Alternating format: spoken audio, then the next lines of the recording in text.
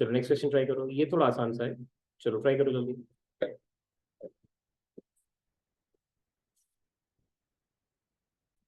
বলো কে কে, হতে পারে। বলো। স্যার আমি ধরেছি যে একটা পয়েন্ট যখন এটা কোলাইড করবে, ওইটার উপরের দিকে একটা মানে সবকটা বলের উপরের দিকে মানে জে ক্যাপের এরকম একটা ভেলোসিটি থাকবে যেটা সেম হবে। ভেরি আর গুড। আই ক্যাপের আর আই ক্যাপ মানে এ আর সি এর মানে দুটোই সেম ভেলোসিটি হবে but in opposite directions. That is perpendicular to length of string. হ্যাঁ হ্যাঁ, বিকজ মানে ওরা আইডেন্টিক্যাল যেহেতু সেজন্য। গুড। এবার তার উপর আমি কনজারভেশন অফ লিনিয়ার মোমেন্টাম লাগিয়েছি। হুম। সেটাতে আমার লাগিয়ে তাহলে নিয়ে আর তুই কনজারভেশন অফ লিনিয়ার মোমেন্টাম লাগিয়েই তো এই ইকুয়েশন গুলো পেয়েছিস, মানে ভ্যালুস গুলো না, মানে আমি পেয়েছিস। হ্যাঁ মানে আমি ইকুয়েশনটা লিখলাম যে তাহলে ওইটাতে আবার একটা মানে আমি ভেলোসিটি অফ এ আর সি এরটা আমি একটা মানে মানে ওদের যে রেজাল্টেন্ট ভেলোসিটি ওইটাকেই আমি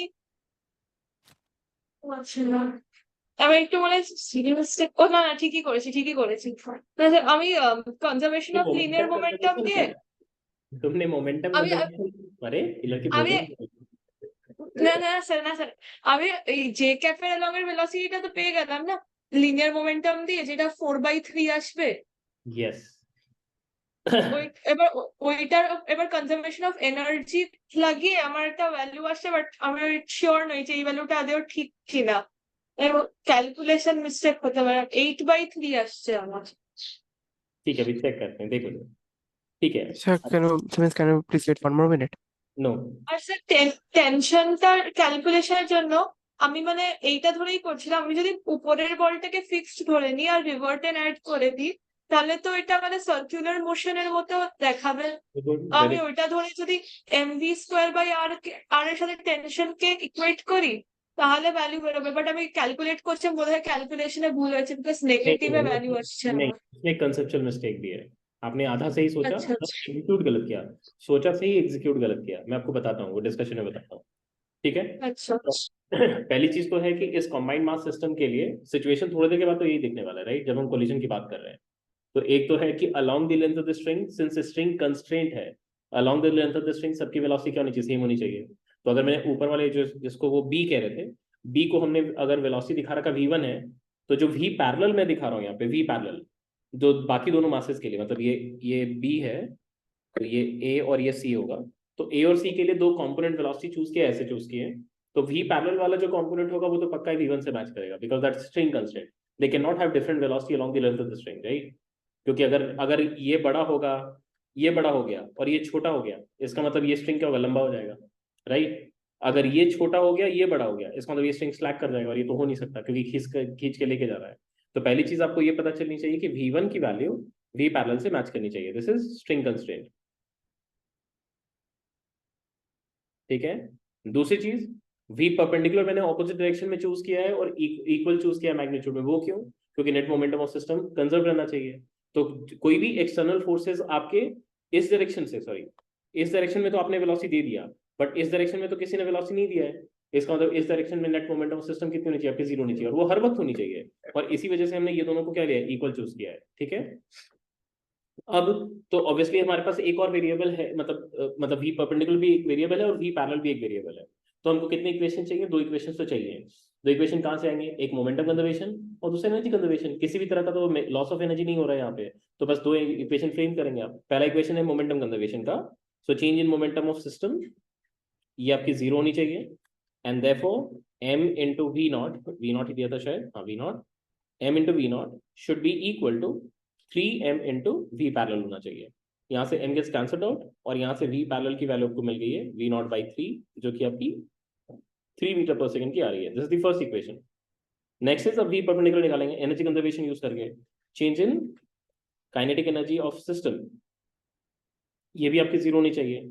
क्यों कर रहे हैं, क्योंकि कोई भी तरह का डिसिपेशन ऑफ एनर्जी नहीं हो रहा है, और इस वजह से अब हम काइनेटिक एनर्जी निकालेंगे अगर, तो इनिशियल काइनेटिक एनर्जी कितनी थी, हाफ m इंटू v0² की, एंड बाद की काइनेटिक एनर्जी कितनी है, this should be equal to half of m into v parallel का square into 3 and plus half of m into v perpendicular का square into 2। ऐसा कर सकते हैं क्या, ऐसा कर सकते हैं या इंडिविजुअली सबका निकाल के ऐड करना पड़ेगा, ऐसा कर सकते हैं नहीं कर सकते, हाँ सर, कर सकते हैं। कर सकते हैं क्योंकि दोनों कंपोनेंट आपस में म्यूचुअली परपेंडिकुलर है। अगर परपेंडिकुलर नहीं होते तो नहीं कर पाते।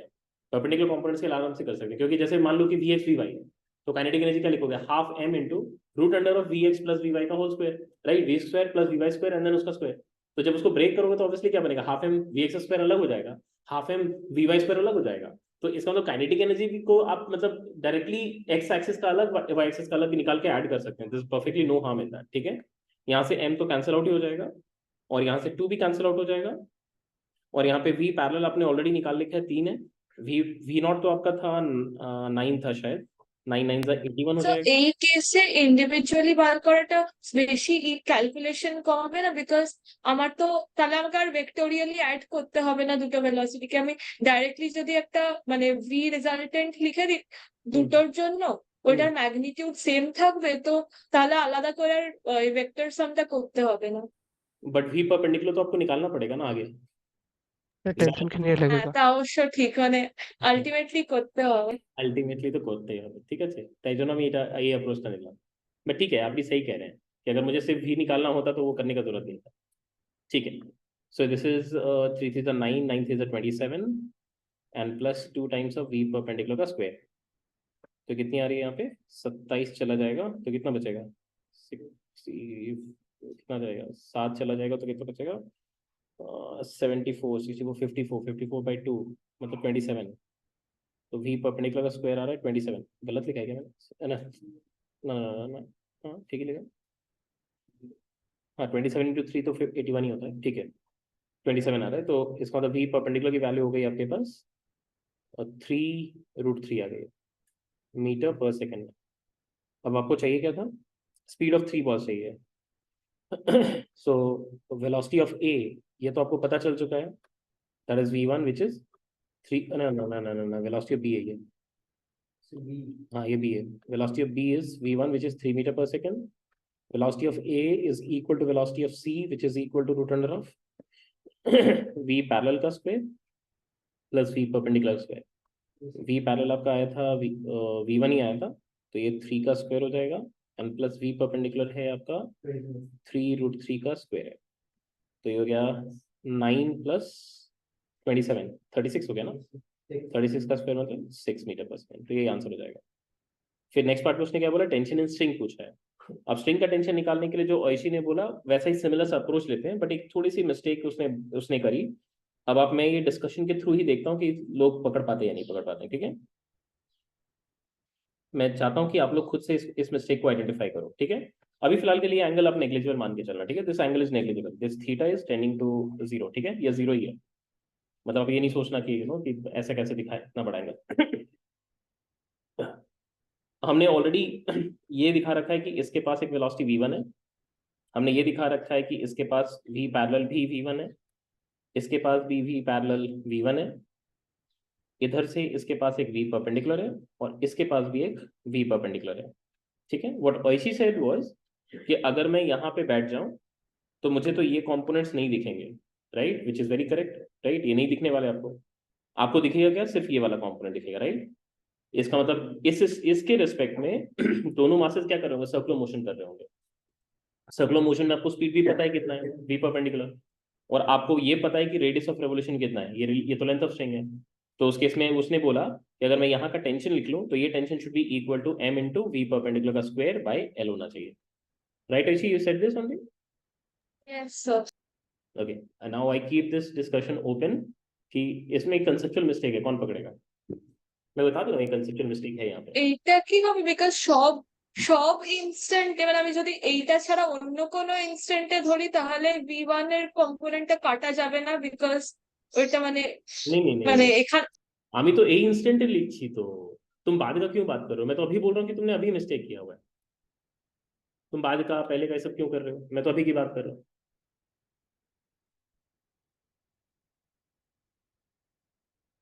बताओ कौन बताएगा क्या मिस्टेक है इसमें। बहुत बड़ा मिस्टेक है, बहुत बड़ा, बहुत ही बड़ा मिस्टेक, खतरनाक बड़ा mistake.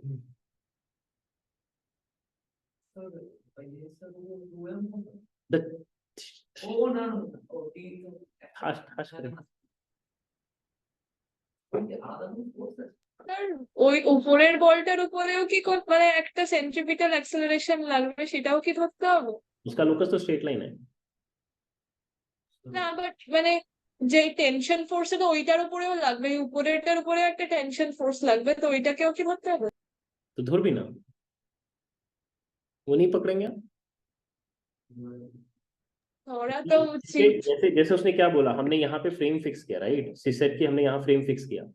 Now this mass is acted upon by tension, इसका मतलब ये एक्सेलरेटेड फ्रेम है, और एक्सेलरेटेड फ्रेम है तो इस केस में आपको सूडो फोर्स लगाना पड़ेगा। सूडो फोर्स लगा के फिर आप इक्वेशन लिखो, फिर सही हो जाएगा। आई बात समझ में आपको? उसने सूडो फोर्स नहीं लगाया, यही कंसेप्चुअल मिस्टेक है यहाँ पे। Did you get this? Yes. Yes.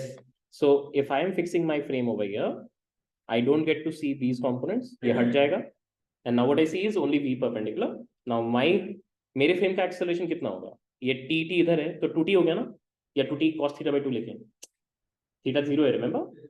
तो इसका एक्सेलरेशन किस तरफ है? नीचे की तरफ है ना, a, right, which is 2t by m, right. तो अब इसके ऊपर तो t इधर एक्ट कर रही है, अब हमें क्या करना पड़ेगा?